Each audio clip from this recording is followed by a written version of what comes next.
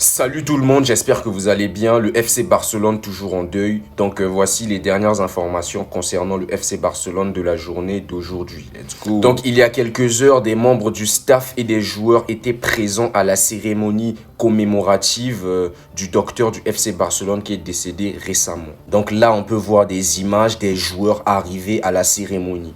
Emilio Butragueño était également présent pour représenter le Real Madrid, car il fait partie de la direction du Real Madrid. Donc ce matin, une minute de silence a été observée dans tous les bureaux du FC Barcelone. La minute de silence a également été observée dans les locaux sportifs du FC Barcelone. Selon Mundo Deportivo, c'est à partir d'aujourd'hui que la Liga, en coordination avec la fédération, a commencé le processus de recherche d'une date pour le match entre Barcelone et Osasuna. Donc des propositions seront demandées aux deux clubs et seront étudiés. Concernant les funérailles du docteur du FC Barcelone, les funérailles du docteur Carles Miñaro auront lieu mardi matin dans un cimetière de Barcelone. Des représentants du club sont attendus, ainsi que certains joueurs de l'équipe première qui joueront en soirée. En raison de contraintes de temps, un hommage pourrait être organisé pendant le match lui-même. Donc selon Mundo Deportivo, le FC Barcelone va demander à l'UEFA d'autoriser une minute de silence en mémoire de Carles Miñaro. C'est la moindre des choses. Donc on connaît enfin la raison de la séparation de Ter Stegen avec sa femme. Donc la raison est que la femme de Ter Stegen l'a trompé avec son entraîneur personnel. L'Allemand vit seul dans un hôtel depuis 2 mois déjà.